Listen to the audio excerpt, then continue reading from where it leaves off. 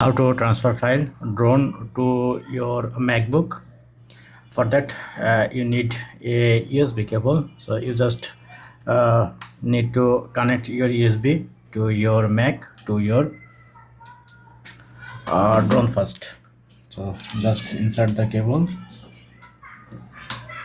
Once you insert the cable, then here you can see within couple of seconds you can see your drone light is turning on.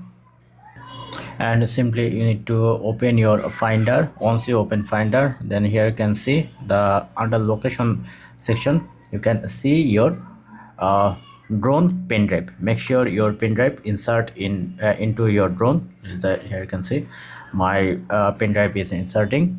Now open up this folder and you need to go your DCIM, and under DCI then here you can see all of your video and image. For example, you want to transfer this video or this image, for example, then press on copy. Here you can see the copy. If you want to select multiple, press on command and image, then it will select multiple.